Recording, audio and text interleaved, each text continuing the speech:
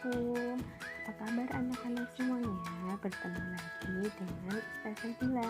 Anak-anak semua, hari ini kita akan belajar mata pelajaran pendidikan lingkungan hidup atau PLH bab 2, yaitu tanah dan lahan. Sebelumnya di kelas 2 dulu, kalian pasti sudah pernah mempelajari tanah dan lahan dan jenis-jenisnya.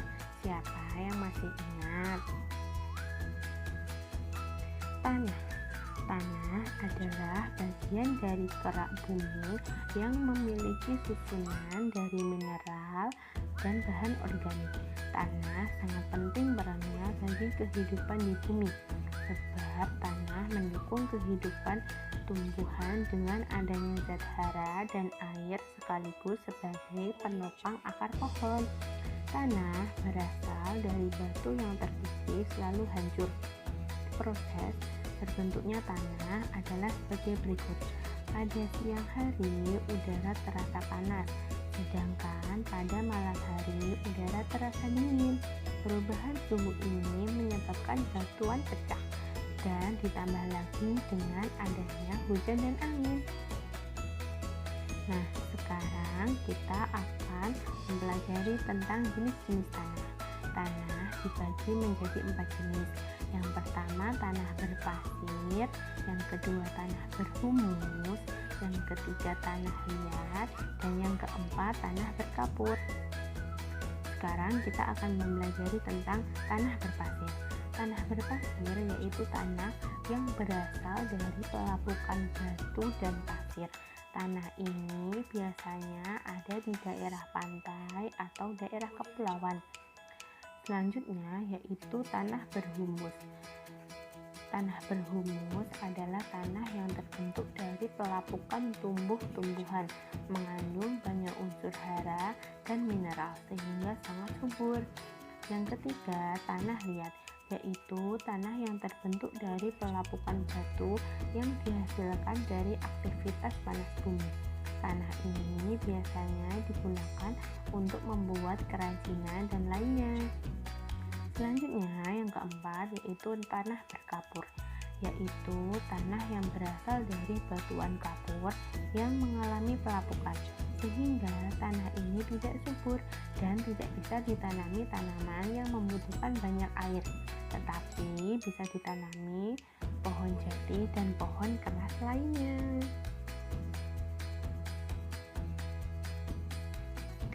Penggunaan tanah. Di desa, tanah masih sangat luas. Penduduk desa memanfaatkan tanah tersebut untuk memenuhi kebutuhan hidup mereka. Tanah liat biasanya digunakan untuk membuat genteng, kerajinan, dan dari tanah dan batu bata. Tanah berpasir biasanya digunakan untuk bahan bangunan. Tanah berkapur juga biasanya digunakan untuk bahan bangunan.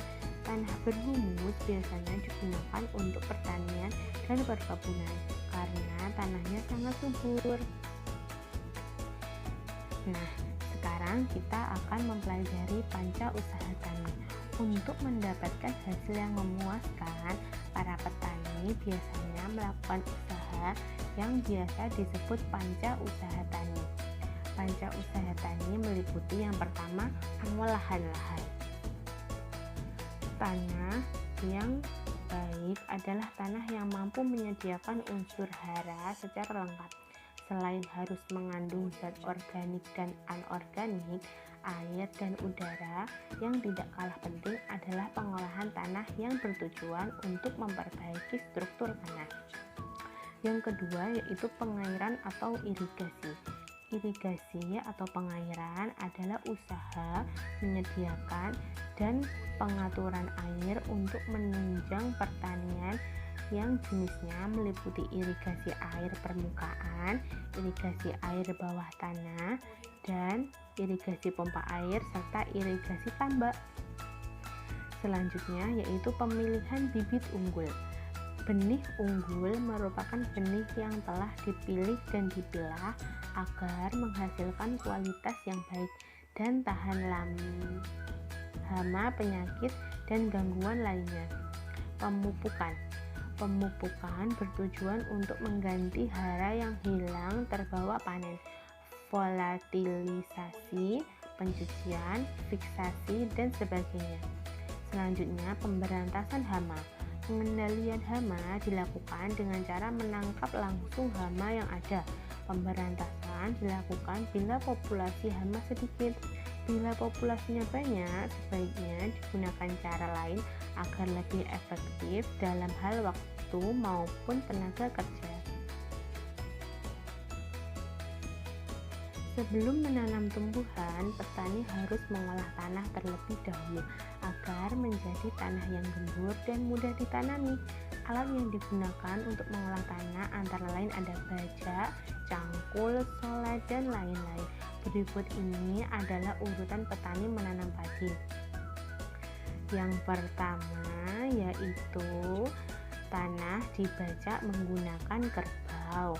Selanjutnya tanah dicangkul. Selanjutnya tanah diratakan. Selanjutnya tanah ditanami padi. Nah, berikut ini adalah alat yang digunakan untuk mengolah tanah. Nah, ini adalah yang gambar bajak. Biasanya petani menggunakan bajak traktor dan bajak kerbau. Yang kedua adalah cangkul. Biasanya petani juga menggunakan cangkul untuk mengolah tanah.